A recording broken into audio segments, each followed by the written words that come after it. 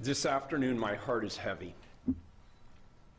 My heart goes out to the family and the friends of the man who was killed last night on the streets of our city.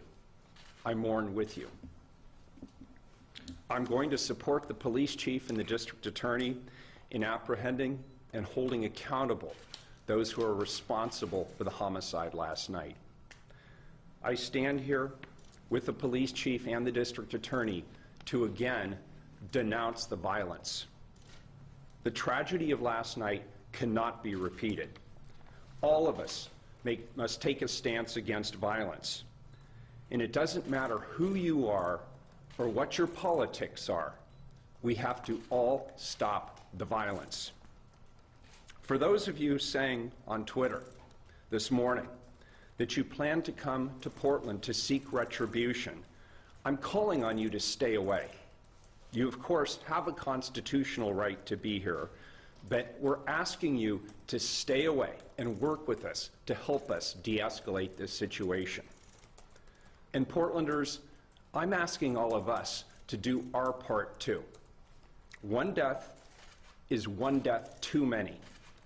Join me in denouncing all violence. Let's pull together in the name of peace and humanity. We don't always have to agree, but we've long done so without violence. That's part of what makes this nation strong. Let's end this long, hard summer and come together and work to support and lift each other, not tear each other apart.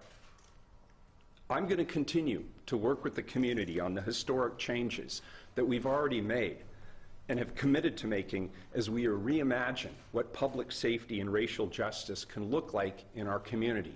And we'll continue to do that work in the weeks and the months ahead. There's so much work to do, and I'll be intentionally engaging the public as we proceed to engage in that hard work together.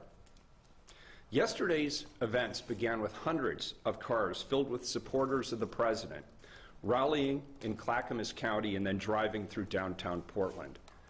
They were supported and energized by the president himself.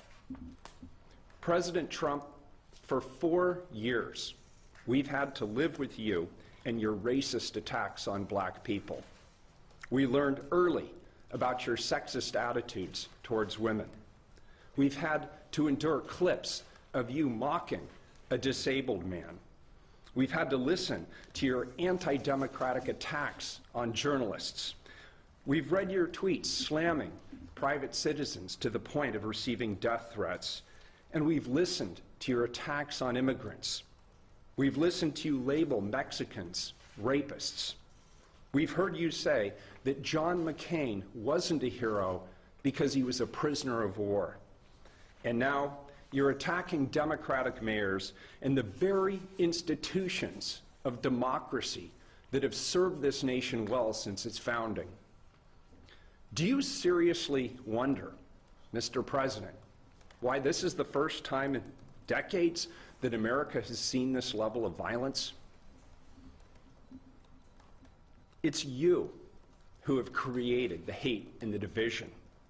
It's you who have not found a way to say the names of black people killed by police officers, even as people in law enforcement have. And it's you who claimed that white supremacists are good people. Your campaign of fear is as anti-democratic as anything you've done to create hate and vitriol in our beautiful country. You've tried to divide us more than any other figure in modern history. And now you want me to stop the violence that you helped create. What America needs is for you to be stopped so that we can come back together as one America while recognizing that we must demand that all people, black, brown, white, every color, from every political persuasion, pull together and hold all people accountable in stopping racism and violence, and we together are peaceful again under new leadership that reflects who we really are, we the people of this great nation. President Trump, you bring no peace. You bring no respect to our democracy. You, Mr. President, need to do your job as the leader of this nation. And I, Mr. President, will do my job as the mayor of this city. And we will both be held accountable, as we should. I'm also calling out every other elected official in Oregon to join me, not only in defeating racism, but also in helping me to stop the violence, as we are and will continue to be held accountable by all of our residents. Today, we need to decide who we are and where we want to go from here. Don't let this be the spark that sets off an acceleration of hostilities in our beautiful city. Those are not our values.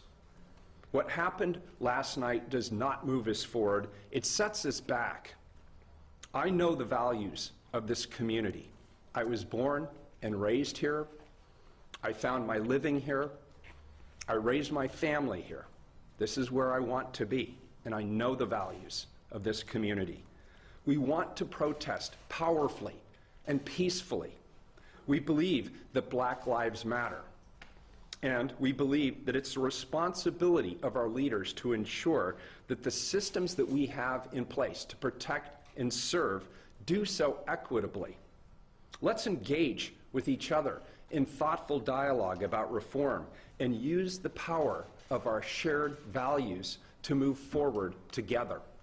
We must recommit our energy and our resources to advancing the work of reform and the transformation of our systems. We've seen the positive power of collective and focused and nonviolent action. We've seen the change. Our responsibility to each other is to keep moving forward. Portland is counting on its leaders, the city, the county, the state, our federal partners, to partner and use the collective power of our officers to create a better future for all of us. Thank you.